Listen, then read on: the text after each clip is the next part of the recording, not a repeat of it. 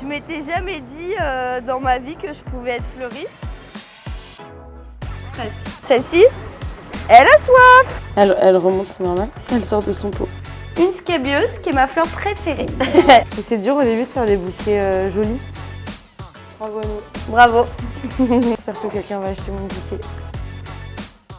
Alors aujourd'hui, on va découvrir le métier de fleuriste. Je vais rejoindre Pauline qui travaille chez Naturellement Fleurs à Rennes. Elle va nous parler de son parcours et de son quotidien de fleuriste. C'est parti. Bonjour. Bonjour. Enchantée Pauline. Un peu plus de 9h, c'est le début de la journée. Vous commencez par quoi? Alors, on commence par sortir les plantes parce que matin et soir, on sort toute l'étale à l'extérieur. On fait un petit check-up du magasin, regardez bien si toutes les fleurs vont bien. Et ce qu'on va faire, c'est qu'on va refaire les vases. Tous les 2 jours, on change les eaux, on renouvelle l'eau, qu'elle soit toujours bien claire, bien propre. On retaille correctement en faisant la vrille. Je vais te montrer la vrille aussi. Okay. Ça, c'est le grand basique du fleuriste quand on arrive en CAP. C'est une des premières choses qu'on va apprendre. Ok. Je vais te donner l'arme principale du fleuriste. Merci. Le couteau. Je vais te montrer pour préparer les pivoines. Tu vas voir, c'est une fleur assez facile à préparer. On va enlever quelques feuilles en proportion la tige. La moitié de la tige soit dans l'eau. Ok. Donc, ça veut dire qu'il ne faut pas de feuilles dans l'eau. Ok. Tu vas tenir donc ton couteau comme ça, assez haut. Presque. Parfait, c'est pas mal. Regarde, c'est déjà mieux. Tout ça, c'est les premiers cours que vous avez en CAP? Ça, c'est les premiers cours qu'on a en CAP. Et pendant les 2 ans, qu'est-ce que vous faites d'autre comme cours et tout ça? Des cours de botanique. Ouais. Donc là, où on va apprendre un peu tout le règne végétal dans son ensemble. On a des cours de reconnaissance des végétaux, des cours d'art appliqué. Ok. Donc là, ça va être essentiellement du dessin de fleurs. Les cours de pratique représentent une grosse majorité de ce qu'on fait en cours. Ok. Je vais te montrer comment on fait une vrille. C'est pour faire joli ou c'est les deux. C'est pratique? Il y a un côté esthétique et il y a aussi un côté pratique. Tu vois, quand on va attraper, quand je vais servir un client, quand je vais attraper ma fleur, et je vais pas abîmer tout le vase parce qu'en fait, la fleur, elle vient tout de suite. Ouais. Donc, tu vas prendre ta première fleur dans la main gauche, tu prends une deuxième et tu vas la placer à gauche, pareil, comme si tu faisais du violon un petit peu. Oh. C'est pas grave. Si c'est là, tu l'enlèves. C'est pas très grave. Et écoute, ça va, c'est très bien pour le moment. Ok, super. Super. Je les ai vraiment pas trop. Hop là. C'est bien, la vrille, ça tourne bien. Et donc là, on a un vase prêt pour la vente. Donc là, c'est une livraison d'une cliente régulière. Ouais. Et elle prend souvent des 3 enthuriums. Ok. Qu'elle met chez elle en vase. Et donc toutes les semaines, vous lui emmenez Elle prend à peu près toutes les 3 semaines. Ok. Quand on n'a pas le temps, on fait appel à un coursier. Et il y a des heures dans la boutique où il y a plus de monde, moins de monde, vous savez? Ouais, en général, plutôt fin de matinée, il y a du monde et fin de journée surtout. Okay. Tu vois, quand les gens sortent du travail essentiellement. Elle a 94 ans. Ouais, mais c'est marrant comme ça de se commander des fleurs. Oui. Je m'étais jamais dit dans ma vie que je pouvais être fleuriste, alors que une fois que j'ai commencé, c'était vraiment la révélation. Ouais, quoi. Okay. Mais je sais pas pourquoi j'avais pas percuté. Quand j'étais jeune, ça m'est jamais venu à l'esprit. Je ne sais pas pourquoi, pourtant mon frère est paysagiste, tu vois. Pour les fleurs qui sont exposées dehors, si jamais il pleut ou qu'il fait très chaud, très soleil, comment vous les rentrez, vous les arrosez plus? Alors, regarde, tu vois par exemple celle-ci, elle a soif. Et donc si tu veux, je t'emmène avec moi. On va lui faire un bain. Je vais immerger comme ça. Et tu vois là, il y a plein de bulles qui remontent à la surface. Oui. Plus s'il y a des bulles qui remontent encore à la surface, ça veut dire que la plante n'a pas tout bu. Quand les bulles s'arrêtent, c'est qu'il est temps d'arrêter de la baigner. Pauvre petite mère, elle avait vraiment très soif. Je vais la laisser s'égoutter ici. Je te laisse le faire si tu veux. Elle remonte, c'est normal. Elle sort de son pot. Hop là, petit pipeau. Tu demandais qu'est-ce qu'on peut baigner, qu'est-ce qu'on peut pas baigner. Ouais. En général, les plantes vertes, par exemple, ça c'est une fougère. On peut la baigner. Ça, c'est une plante grasse. On la baigne surtout pas. Ah oui, ok. Parce qu'en fait, les plantes grasses, elles n'ont pas besoin de beaucoup d'eau. Là, elle a les racines bien vertes. Ouais. Ça veut dire qu'elle a pas soif. Ok. Ici, les racines sont bien blanches. Ça veut dire qu'il est temps de la baigner. Je savais pas du tout. C'est quoi les qualités pour toi pour être fleuriste? Je dirais la première, c'est d'être curieux. D'être curieux dans tous les domaines. Il faut s'intéresser à la peinture, à la mode. Il faut savoir suivre la cadence. On est quand même 10 heures debout en général. Avoir la fibre un peu, la fibre commerciale, c'est chouette.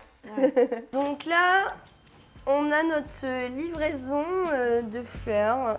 C'est un fournisseur là, espagnol. Donc, ouais, c'est à peu près 2 fois par semaine. Ouais. Nous, on a plusieurs fournisseurs. On a les producteurs bretons. Sinon, on a comme un mini Rungis à Rennes. Ok. Donc là, elles arrivent d'Espagne? Ouais. Elles sont venues en camion? En camion, ouais. Je vais checker la qualité. Celle-ci, là, il y en a un peu d'abîmée. Je l'éplucherai. Les fleurs, c'est cher. Ça a beaucoup augmenté, comme tout, tu me diras. Mais depuis le Covid, en fait, au Covid, il y a eu une énorme perte mondiale des producteurs parce qu'ils ne pouvaient plus vendre leurs fleurs.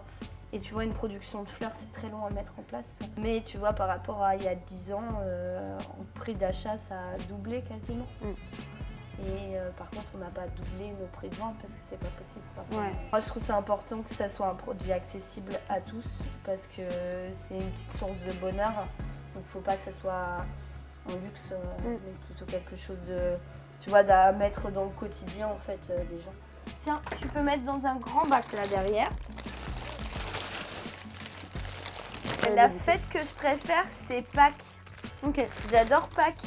Parce que on fait plein de petites structures avec des nids, avec de la paille, avec de la laine. Il y a plein de petites matières sympas. Saint-Valentin, c'est cool, mais c'est une journée très intense quand même. C'est vraiment très intense. Et c'est ça aussi, ce qui est surtout plaisant, je dirais, du métier de fleuriste. C'est un métier où on s'ennuie jamais en fait. Tu vois, tu es sans arrêt à faire différentes tâches. Les bouquets qu'on va faire, c'est jamais les mêmes. Ouais. Du coup, moi je trouve ça hyper agréable. Regarde la beauté de ces orchidées là. Elles sont énormes.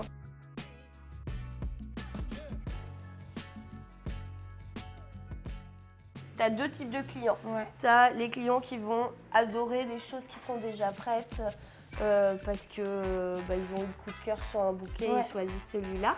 Et d'autres qui vont te dire, écoutez, j'ai 30 € de budget, je veux du jaune, du blanc et du vert. Et là, on va composer en direct devant le client. Je vais aller chercher d'autres trucs encore. Donc, la belle pivoine française, là, de couleur rose. Une scabieuse, qui est ma fleur préférée. Donc, une astrantia. Et après, on va faire un petit germini pompon. Merci. Je te donne ça. Merci. C'est important dans un bouquet de varier les textures, les couleurs, les formes pour avoir quelque chose de bien vivant. Il y a des techniques qui s'appliquent un peu à tous les bouquets? La technique de la vrille. Ouais. Et après, tu as différentes formes de bouquets. Ici, tu vas prendre ta main, tu vas tenir la fleur en haut et tu vas descendre comme ça. On va, ce qu'on appelle désépiner. Ok. Une des règles aussi générales, c'est quand je mets une fleur, je mets un feuillage pour caler la fleur. Et c'est dur au début de faire des bouquets jolis, d'avoir la bonne vision. Après, joli, de toute façon, c'est subjectif. Ouais. Mais ce qui est dur, c'est d'avoir le geste et de bien équilibrer ton bouquet.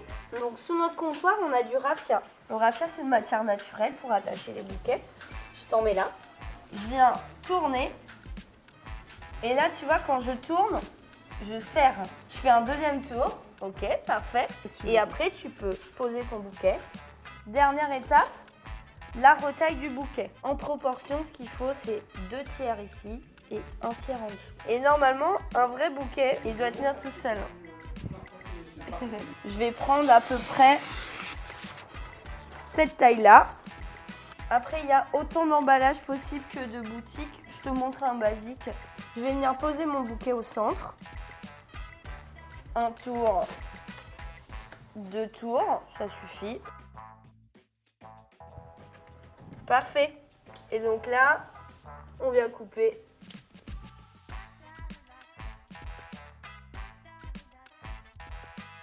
Génial. Bravo à nous. Bravo. Honnêtement, ils sont très mignons, on va les mettre en vente. Le prix, 32,50. Et tu vas le mettre là, par exemple. Ok, très bien. Ici et là. Bah, C'est super. parfait, bravo. Ton premier bouquet. J'espère Oh. que quelqu'un va acheter mon bouquet rapidement. Oui. Bah, merci beaucoup Pauline. On a appris Merci. plein de trucs. Avec plaisir, c'était vraiment chouette. Je te laisse tranquille pour la journée. J'espère que quelqu'un achètera mon bouquet de fleurs. Bah, je te dirai. Je te Super. dirai. Mais Merci c'était beaucoup. chouette, merci. Bonne À journée. Au bientôt, revoir. salut.